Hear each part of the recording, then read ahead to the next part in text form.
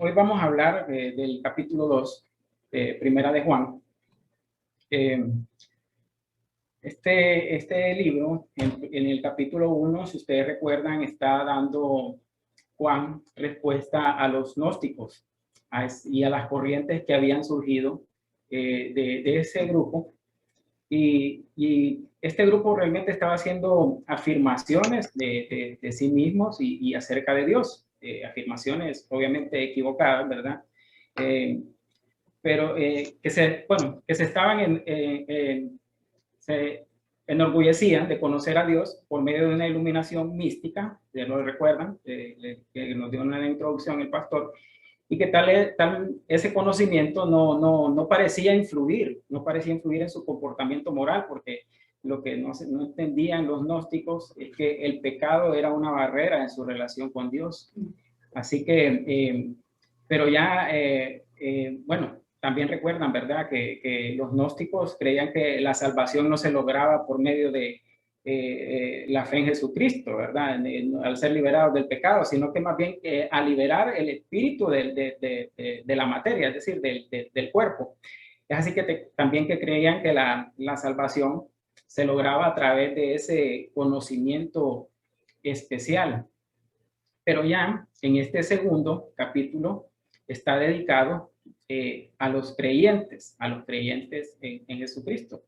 El tono del discurso cambia, es algo menos polémico, pero sigue manteniendo el mismo estilo retórico de los primeros versículos.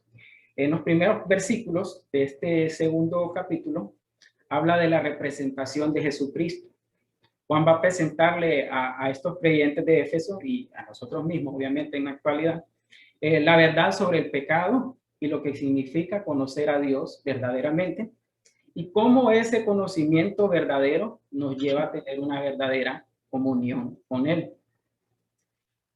También Juan escribe esta carta para corregir los problemas de creencia y de comportamiento que los cristianos de Éfeso estaban teniendo. Aparentemente, algunos de Éfeso decían conocer a Dios, pero no estaban haciendo ningún esfuerzo por obedecer la palabra de Dios.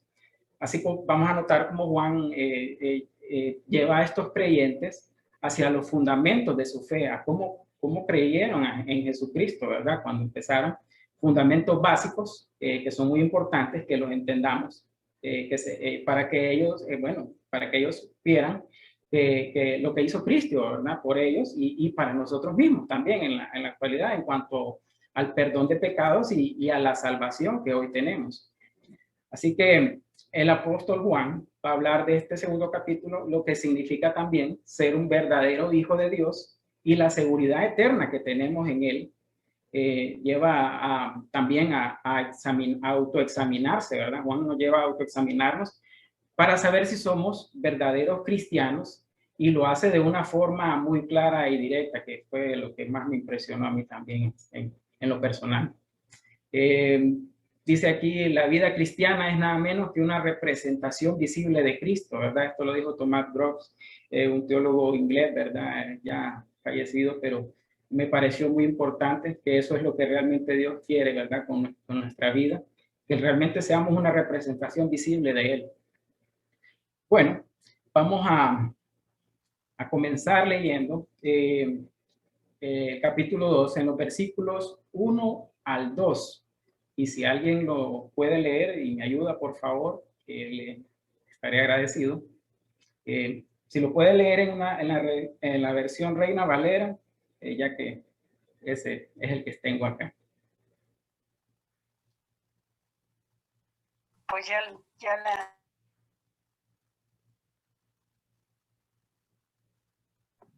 Primera de Juan 2, ¿qué? 2, versículo 1 y 2. Dice así: hijitos míos, estas cosas os escribo para que no pequéis.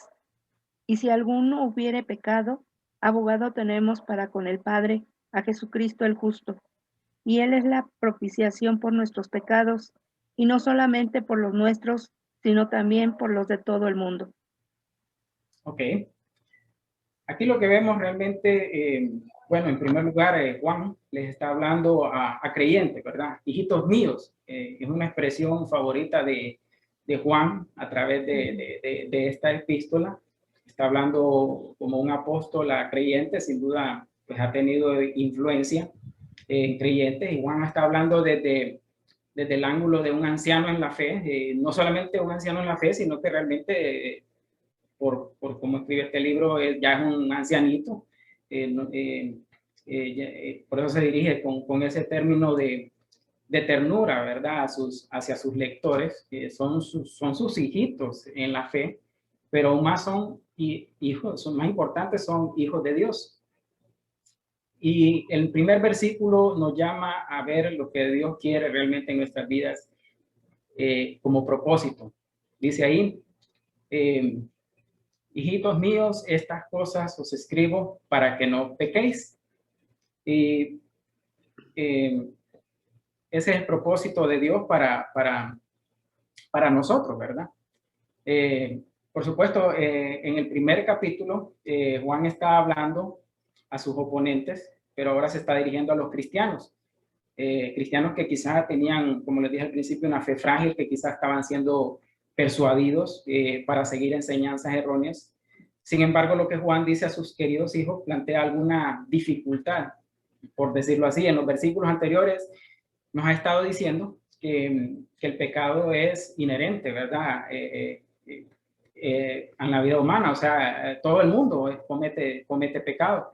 Pero en este versículo escribe que no quiere que pequemos.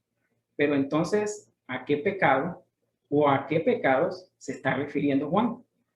Si vemos el contexto de todo esto, nos puede dar algunos indicios. Juan puede estar refiriéndose específicamente al error de negar la realidad del pecado, en cómo Dios realmente ve el pecado. Recordemos que los gnósticos de ese tiempo veían el pecado como algo sin importancia. Lo que importaba para ellos era únicamente conocer a Dios de una manera mística, una manera como de entrar en trance. De ahí la enseñanza de Juan en este capítulo, enseñándoles a los verdaderos cristianos a no caer en ese mismo error. Juan quizá también puede estar preocupado con lo que dijo al principio, pues, tomar su enseñanza como para estos cristianos como una licencia para pecar. Es decir, si el pecado es endémico en la condición humana y si el perdón está gratuitamente a nuestro alcance, cualquiera podría pensar, pues ya que más da, ¿verdad? Me entrego al pecado y Dios me va a perdonar. Pero también eso no es lo que quiere decir, ¿verdad? El apóstol Pablo tuvo que lidiar con estas mismas cosas. Si ustedes recuerdan, Romanos 6 dice, ¿qué pues diremos? ¿Perseveraremos en el pecado para que la gracia abunde? En ninguna manera, les dijo Pablo. Tenemos que andar por eso en una vida nueva, una vida transformada. Y es por eso también que Juan, el apóstol Juan, les dice que debemos evitar el pecado como cristianos. Ya en la segunda parte de estos versículos, bueno, Juan sabe que somos pecadores y les dice que Dios ha provisto a su Hijo Jesucristo como nuestro abogado. El término griego es aquí paracleto, ¿verdad? Que significa consolador. ¿Y quién es ese consolador? Es pues, el Espíritu Santo que Dios ha puesto en cada uno de nosotros. Es abogado aquel que nos representa en la corte de Dios, intercediendo por cada uno de nosotros, por usted y por mí. El que fue colocado por el Padre para defender nuestro caso. Cuando leí estos versículos con la palabra abogado, me llamó mucho la atención porque, bueno, van a haber abogados en el cielo. ¿Hay algún abogado aquí en esta sala hoy? Nadie. Un abogado de profesión. Sí, verdad, es que la verdad es que no hay muchos abogados cristianos. O sea, uno mira a un abogado y dice ser cristiano, dice como que no, como son dos cosas opuestas, ¿verdad? Pero no, son bromas. Pero sin duda, Dios, Juan lo muestra aquí como un abogado. Van a haber abogados, pues realmente, no como les digo, ¿verdad? Que no son cristianos, pero realmente quien lleva a la perfección su función como abogado es Jesucristo. El Señor, en este pasaje, hay dos cosas, ¿verdad? En primer lugar, este pasaje nos exhorta a no pecar. Y en segundo lugar, este versículo nos dice que si pecamos, no se acaba todo. Jesucristo aboga a nuestro favor. Lo que notamos en este pasaje es que somos culpables de pecado, que nos encontramos en la Corte Suprema de Justicia del cielo. Dios es el juez y tenemos aquí un acusado, el creyente, es decir, nosotros, pero también tenemos un abogado que representa a los acusados, que es Jesucristo, nuestro abogado defensor, aquel que intercede al Padre por nosotros. Lo que este pasaje nos revela es un aspecto muy importante acerca de nuestra salvación. La salvación está está ligada íntimamente a la justicia divina, a la justicia de Dios. Dios es amor, Dios es misericordioso, eso sin dudarlo, pero también hay que entender que también es un Dios justo y demanda justicia. Por lo general uno piensa en la salvación, que la salvación es por gracia, obviamente la gracia de Dios. Pensamos en la misericordia, pensamos en su amor y gracias a Dios por eso, ¿verdad? Pero muchas veces no pensamos en la justicia de Dios, que es un elemento esencial en la salvación. Y es por eso que Juan les escribe estas palabras para que estos cristianos de Éfeso lo entendieran así, que es mucho más que gracia y misericordia. La justicia de Dios, que es perfecta, debe ser satisfecha antes de que Él pueda ofrecernos salvación. Dios demanda perfección, Dios demanda justicia de aquellos de los cuales Él redime. Y obviamente ninguno de nosotros realmente podemos cumplir con ese estándar perfecto de la ley moral de Dios. Sin embargo, nadie llega a Dios a menos que tenga esa justicia. No en sus propios méritos, porque nadie los tiene, pero sí como hijos de Dios tenemos la justicia de Dios imputada en nosotros por medio de la fe en Jesucristo, quien pagó por todos, absolutamente por todos nuestros pecados, y ganó en la cruz del Calvario la justicia que nosotros nunca podríamos haber obtenido, ¿verdad? Aquel que no conoció pecado, dice Pablo, por nosotros lo hizo pecado para que nosotros llegásemos a ser justicia de Dios en él. O sea, nuestra justicia es una justicia recibida, una justicia transferida a nosotros. Bueno, Juan está hablando también del estándar moral de Dios en esta epístola. Obviamente nos enseña el apóstol Juan que no es suficiente decir que uno es cristiano, decir que uno cree en el Señor, sino que debe mostrar con actitudes y acciones concretas, dice el apóstol Juan. Hijitos míos, estas cosas os escribo para que no pequéis. Es una exhortación a creyentes, sabiendo que el hábito nuestro ya no es de pecar, pero existe la posibilidad siempre latente de que vamos a pecar. O sea, esa es una realidad, es un hecho.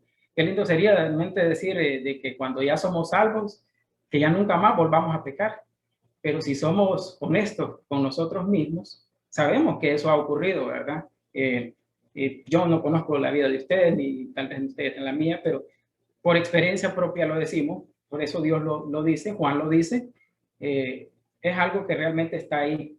Pero gracias a Dios que tenemos a Jesucristo como nuestro abogado. Entonces, eso es algo que nos debería dar ánimo, que nos hace ver que aunque el pecado nos afecta y nos acusa en nuestra conciencia y nos condena a veces, tenemos un abogado que nos defiende en la Corte Suprema de Justicia de Dios, y esa intercesión de Jesucristo por aquellos de los cuales Él redimió para siempre, ¿verdad? Entonces, dice, si alguno peca, ¿verdad? Que es una posibilidad, es algo que, una posibilidad en el creyente. Noten que Juan dice, nosotros tenemos abogado. ¿Nosotros quiénes? Obviamente, los creyentes. Solo los creyentes tienen alguien que aboga en su defensa, solamente por los suyos. Juan dice prácticamente aquí que Jesucristo no aboga por todos, no aboga por el mundo. Ustedes recuerdan las palabras de Juan, bueno, en el libro de Juan, en el capítulo 17, donde está el Señor intercediendo por los suyos en esa oración sacerdotal. Nos dice en el capítulo 17, en el versículo 2, dice: por cuanto me diste autoridad sobre todo ser humano, Cristo hablando obviamente a su Padre, para que dé vida eterna a todos los que me has dado. Y dice en el versículo 9, yo ruego por ellos, no ruego por el mundo, sino por los que me has dado, porque tuyos son. Bueno, uno puede pensar, solamente son los 11 apóstoles que estaban ahí en ese momento, ¿verdad? Judas ya no estaba desde el capítulo 13 en adelante, pero no se refiere solamente a los 11, porque sigue diciendo, mas no ruego por estos padres, sino también por todos aquellos que han de creer en mí por el mensaje de ellos. Y es aquí, pues, donde realmente entramos nosotros como creyentes, todos los que hemos creído en la palabra de Dios y en Jesucristo como nuestro Salvador. Ahora sí, sí es nuestro abogado, ¿verdad? Tenemos alguien que intercede por nosotros al Padre, por aquellos que fuimos redimidos por su sangre. Pero sí algo que es claro, que no está abogando por todos, ¿verdad? Solamente por los que han creído en Él. Si usted ha creído en el Señor Jesucristo y en el sacrificio que Él hizo por nosotros, Jesucristo es su abogado. Pero si usted no lo ha hecho, pues lamento decirle que no, Jesucristo no es su abogado. Entonces, Jesucristo nos salva eficazmente con su vida, con su muerte en la cruz. Nos ha dejado su palabra para que no pequemos como un mandato. Nos ha dejado su abogacía.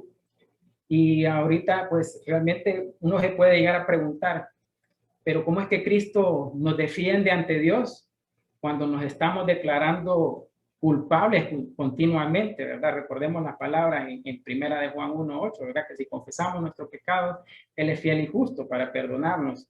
Entonces, ¿cómo es que siendo cristianos, pecamos? ¿Y cómo es que Jesucristo nos perdona aún sabiendo que seguimos pecando? Bueno, la respuesta está en el versículo 2, ¿verdad? Él mismo es la propiciación por nuestros pecados. Cristo no podría defender nuestra obvia culpabilidad si Él no fuera también nuestro propiciador. ¿Y qué es propiciación? Bueno, es una palabra no muy común, no sé, quise sacar de la Reina Valera, no es muy común que se use en la Biblia. Es una palabra que usted y yo no usamos pues, normalmente en una conversación, pero es necesaria que la entendamos como fundamento de nuestra salvación. Entonces, ¿qué quiere decir propiciación?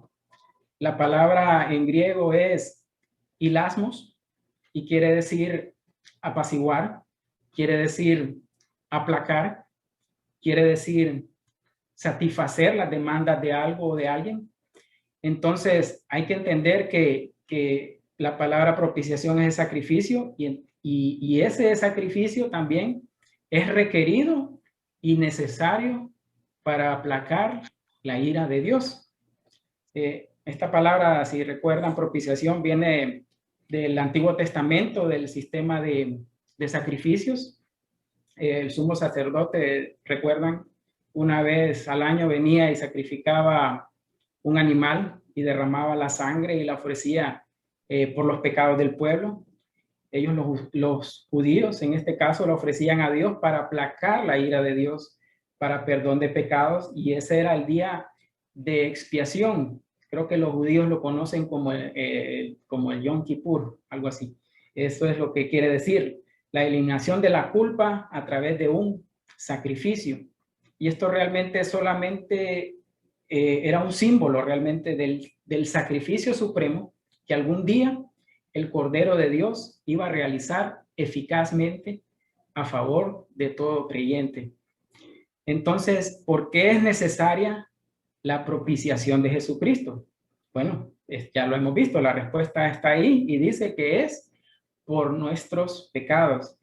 Es necesaria porque hemos pecado. La Biblia nos enseña que Dios está airado con el impío y que la única manera que el pecador puede ser perdonado es cuando la ira de Dios es satisfecha por medio de un sacrificio. Y ese sacrificio perfecto fue Jesucristo. Él satisfizo la demanda de Dios por nuestros pecados. Fue el sacrificio perfecto. Dios realmente no nos podía perdonar así nomás, ¿verdad? Algo tenía que suceder y para ofrecernos salvación. Algo que me deja claro, pues no es que Dios no es como lo soy, como lo soy yo, como lo puede ser tal vez alguien más, con nuestros hijos en este caso, ¿verdad? Que a veces cuando alguien ha hecho algo malo, mis hijos, yo si estoy cansado en ese momento, les digo, sí, tranquilo, tranquilo, te perdono, ¿verdad? Pero Dios no es así, ¿verdad? Algo tuvo que suceder para perdonarnos y eso fue que Jesucristo sacrificó su vida por nosotros. Y noten que Juan no dice simplemente que Jesucristo hizo propiciación, así como lo hacían el sumo sacerdote, ¿verdad? Sino que también Juan dice que Él fue la propiciación. O sea, Él fue el que hizo y Él realmente la propiciación. No solamente llevó a cabo la propiciación, sino Él mismo es la propiciación. Él fue el cordero sacrificado. Él tomó la encarnación, nuestra vida humana, ¿verdad?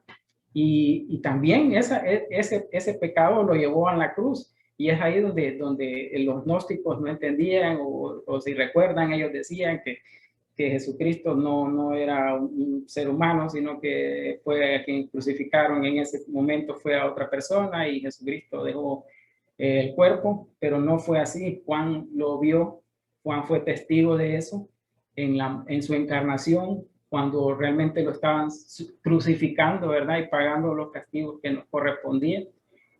Por eso dice Jesucristo el justo, ¿verdad?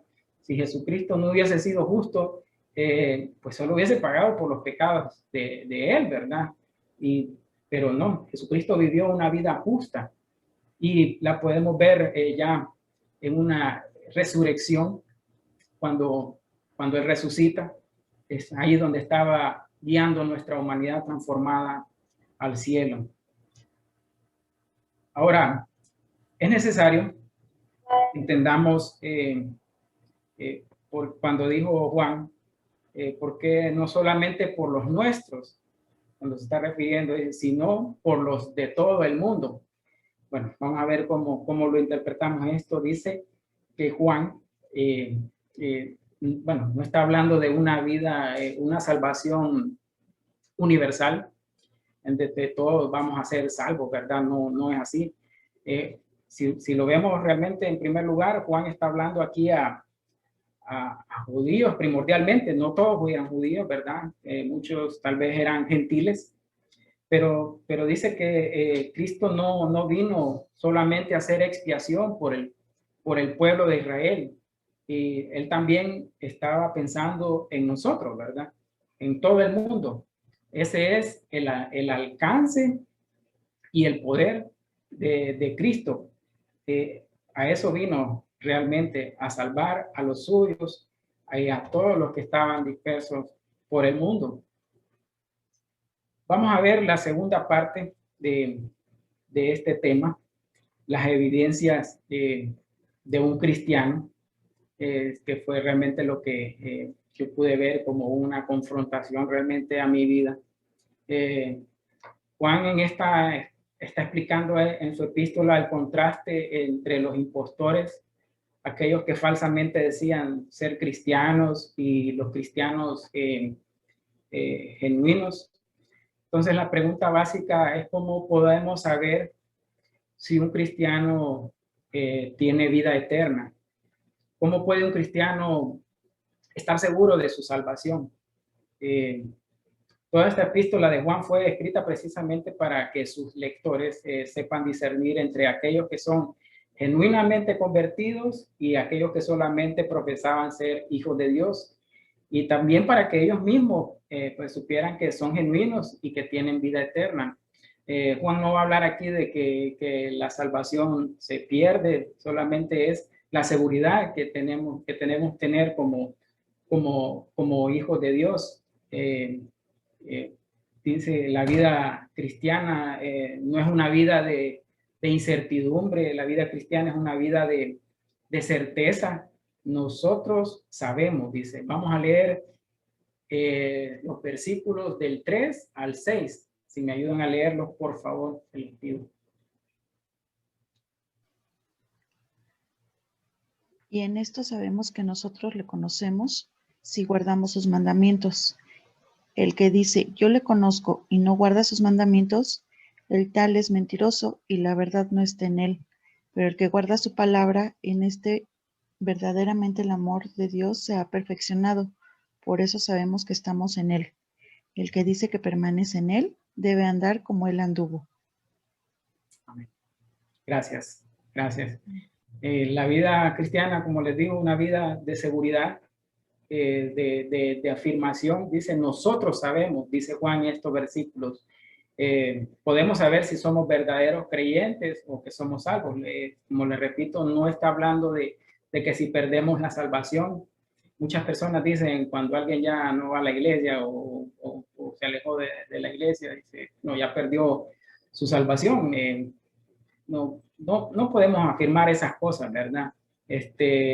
Toda aquella persona que dice que perdió su salvación, por decirlo así, si tuvo duda, no se puede perder algo que nunca se ha tenido, ¿verdad? Así que si se pierde la salvación es porque realmente nunca la tuvo. Así que Juan no está hablando de eso. Es obvio que Juan también está lidiando en esta carta con personas que solo profesan ser creyentes, individuos que profesaban ser de Dios, que realmente no lo eran. Se ve reflejado en el tema 2 de este segundo capítulo, que lo vamos a ver la próxima semana. Así que vamos a ver cómo estas personas al final salen de la iglesia, nunca fueron verdaderos creyentes, se entregaron a una vida de inmoralidad, de lascivia, negaron su fe, etcétera. Pero aquí en estos versículos enseña acerca de la seguridad de la salvación. Nosotros podemos darnos cuenta que muchas doctrinas falsas se conforman con una mera noción intelectual de lo que es la salvación. Otros enseñan que todos vamos a ser salvos.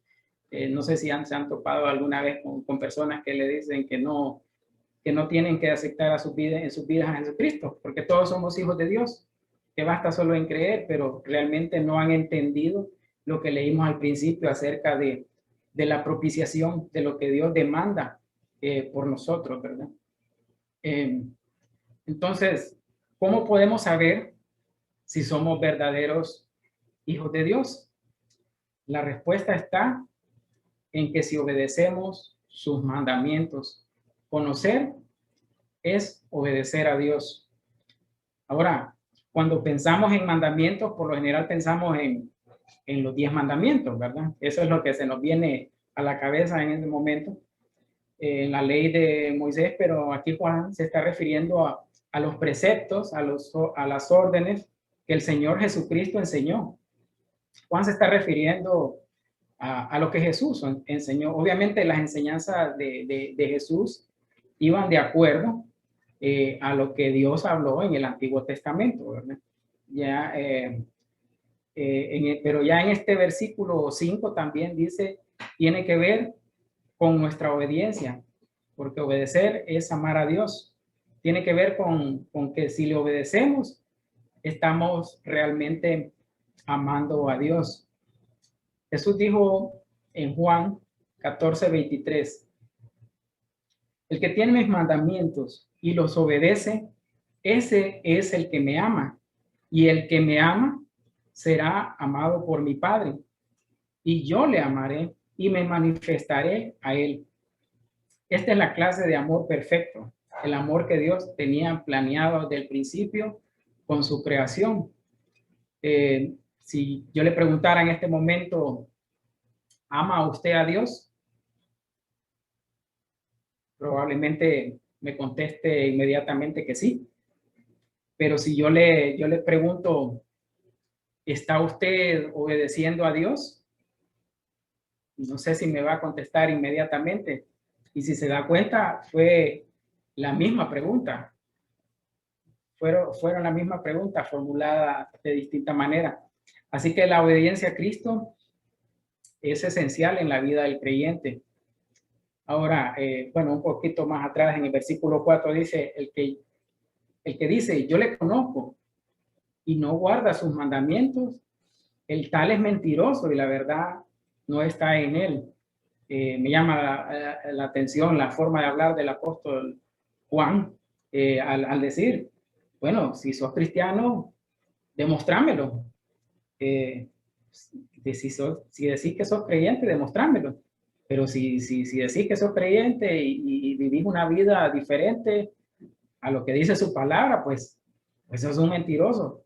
O sea, Juan no era nada diplomático, ¿verdad? En este asunto era bien directo, era bien claro, no se andaba por las ramas. ¿Sos o no sos? Aquí el contraste, que la desobediencia a Cristo es prueba de que nosotros no le conocemos.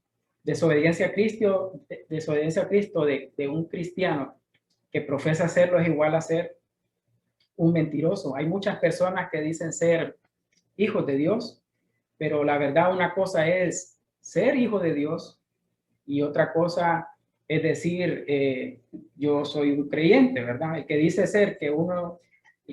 que es un hijo de Dios es una cosa, pero conocer la experiencia regeneradora, lo que Cristo ya hizo en nosotros, es otra cosa. Por tanto, Juan lo está presentando aquí de una manera muy clara. Dice en el versículo 6, el que dice que permanece debe andar como él anduvo o es imitar a Jesucristo. Si ustedes recuerdan la semana pasada cuando el pastor Arturo nos estaba enseñando la palabra en griego de lo que es andar, ¿se recuerdan cuál palabra en griego usó? A ver si pusieron atención en lo que dijo el pastor. Peripateo. Peripateo. Exactamente, peripatear. Así que es lo que básicamente está diciendo el apóstol Juan, que si decimos que estamos en Cristo, debemos peripatear como anduvo, como peripateó el Señor Jesucristo, ¿verdad? La vida cristiana es un constante andar, se camina por todos estos ejemplos que el Señor anduvo. La palabra permanecer es exactamente la misma cosa que tener comunión con Él. En Juan 15:4 dijo el Señor, permanezcan en mí y yo en ustedes. Así como la rama no puede dar fruto por sí misma si no permanece en la vid, así tampoco ustedes si no permanecen en mí. La prueba de permanecer es andar de la misma forma como Cristo anduvo. Esto no significa que vamos a hacer milagros, ¿verdad? Vamos a caminar sobre el agua. No, significa andar en obediencia al Padre, en esa relación íntima con el Padre. Esa es una gran prueba que tenemos como creyentes si estamos teniendo comunión con Él. Ahora esto nos lleva a la cuarta prueba de la vida como creyentes, y es tener una vida en comunión unos con otros. Aquí vamos a leer los versículos del 7 al 11. Y si alguien me vuelve a ayudar, le agradecería. Sí, Elizabeth. Hermanos, no os escribo mandamiento nuevo, sino el mandamiento antiguo que habéis tenido desde el principio. Este mandamiento antiguo es la palabra que habéis oído desde el principio. Sin embargo, os escribo un mandamiento nuevo que es verdadero en él y en vosotros, porque las tinieblas van pasando y la luz verdadera ya alumbra. El que dice que está en la luz y aborrece a su hermano está todavía en tinieblas. Amén. Gracias, Elisa. ¿Cuál había sido la palabra que habían oído desde el principio? El principio aquí, habla el apóstol Juan, es en la encarnación del Señor Jesucristo. Es el mandamiento que el mismo Señor les dio.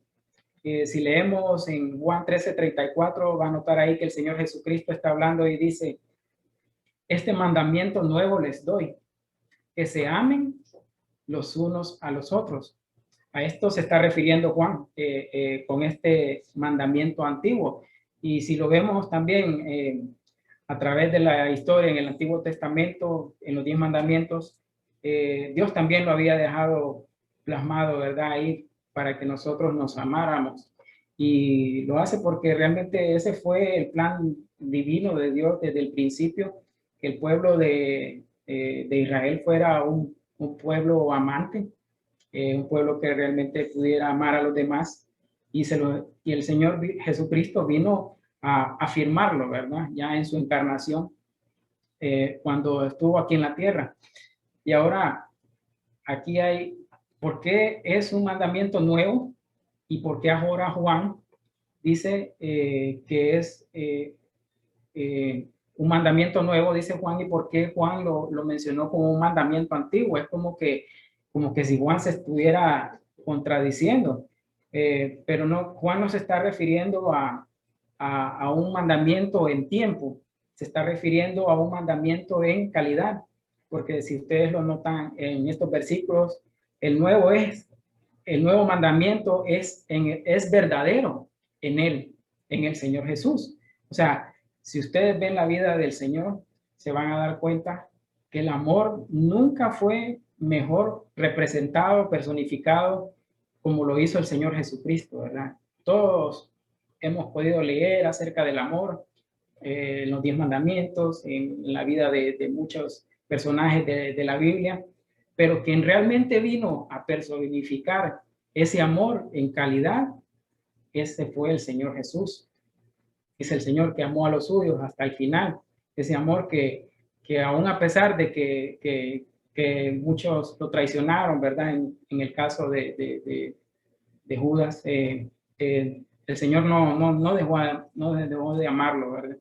Eso fue un gran ejemplo para su significado en la vida del Señor Jesucristo.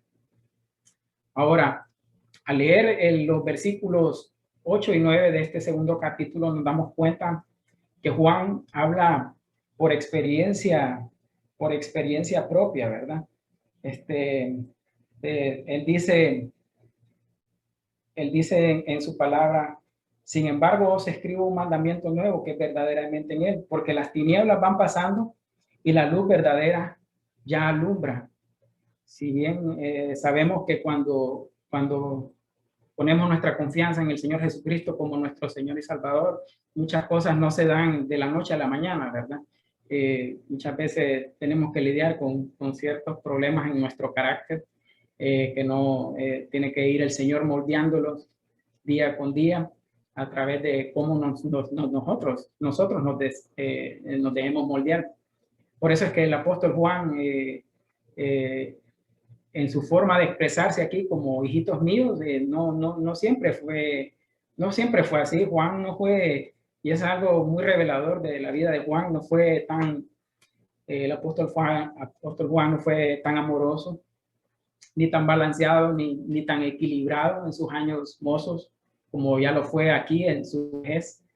Cuando él comenzó su carrera, ustedes recuerdan que fue, el Señor lo llamó como un discípulo joven, lo llamó a él y a Jacobo, su hermano, fueron llamados por el Señor.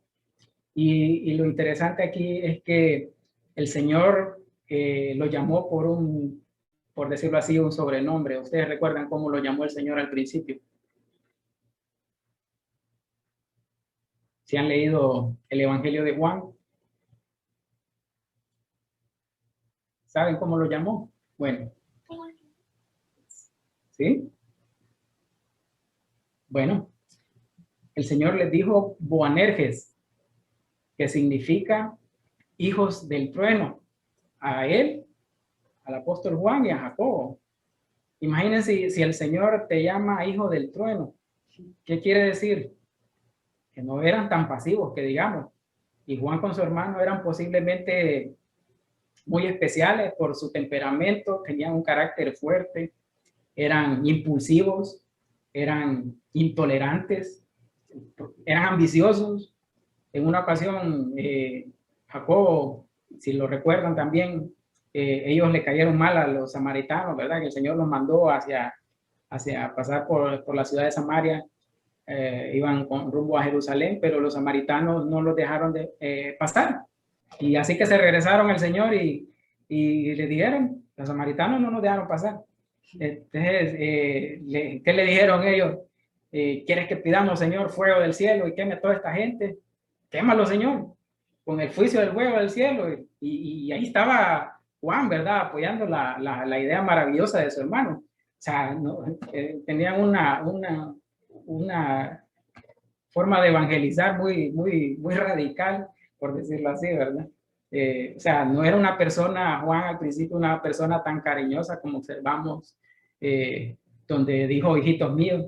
Él realmente estaba de acuerdo en querer matar a todos los samaritanos, ¿verdad?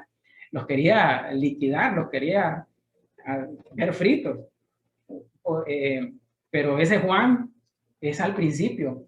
Y en otra ocasión, si recuerdan, los dos hermanos ambiciosos y su mamá, ¿verdad? Ahí la madre de estos dos y le pide al Señor, Señor, tengo una petición fácil. Tú lo puedes hacer. Eso no es problema para ti. Mis dos hijos están aquí apoyándome. ¿Cuál era la petición que tenía, verdad? Que los dos tuvieran un lugar de honra y privilegio en el reino. Fácil, ¿verdad? Uno a tu derecha, el otro a tu izquierda. Imagínense ahí al Señor, al Rey de Reyes, Rey del Universo, con los dos secretarios ahí, ¿verdad? Juan y Jacob.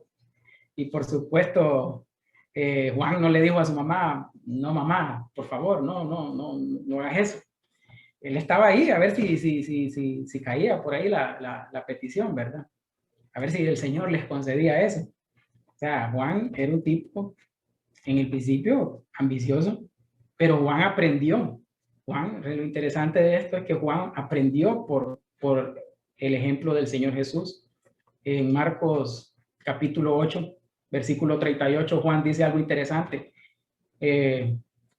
Juan, hablándole al Señor, le dijo, Maestro, hemos visto a uno en tu nombre que echaba fuera demonios, pero él no nos sigue y se lo prohibimos porque no nos seguía. O sea, imagínense, ¿verdad? A qué tal punto se creía Juan, casi en una élite de cristianos, que solo ellos tenían el derecho de hablar del Señor, y si no eran parte de ese grupo, ellos se sentían con esa autoridad de prohibirlo. En un principio, Juan demostró ser un tipo orgulloso, demostró ser un tipo sectario, demostró ser un tipo dogmático, decisivo, aunque algunas veces no era el momento. Pero Juan no siempre fue una persona que normalmente uno se imagina, ¿verdad? Cuando piensa en él, pero en esas características que Dios puede cambiar por medio de su ejemplo. Y a eso se refiere Juan cuando dice que las tinieblas van pasando y la luz verdadera ya alumbra. Él aprendió en el correr del camino a través de los años, y cuando ya es un hombre maduro, ya Juan, un viejito, el Señor moldeó a Juan y se convirtió en lo que fue un hombre amoroso. Así que hay esperanza para cada uno de nosotros. Juan nos dice que el Señor espera que los suyos amen, que se amen los unos a los otros como Él nos ama. Juan nos manda amar a nuestros hermanos, ¿no? Recuerden, está hablando aquí a creyentes. El amor que Juan describe ahí no es el mero sentimentalismo, ¿verdad? Es decir, hermano, yo te amo, qué guapos sos. No está diciendo eso, ¿verdad? Juan está hablando más allá de palabras, sino que es un amor que se demuestra día con día. Juan realmente no comenzó así como cuando fue llamado. pero terminó siendo un tipo amoroso. Juan fue llamado el apóstol del amor a través de la historia de la iglesia. Aquel Juan que pidió fuego descender para los samaritanos junto con su hermano, y la iglesia no lo conoce como ese hijo de trueno, sino que lo recuerda como el apóstol del amor en base a sus escritos. Así que esa es la clase de vida que Dios quiere para nosotros también hoy en día. Y ya entrando a los últimos versículos, es en Juan 2, 15 al 17. Pueden ayudarme a leerlo, por favor.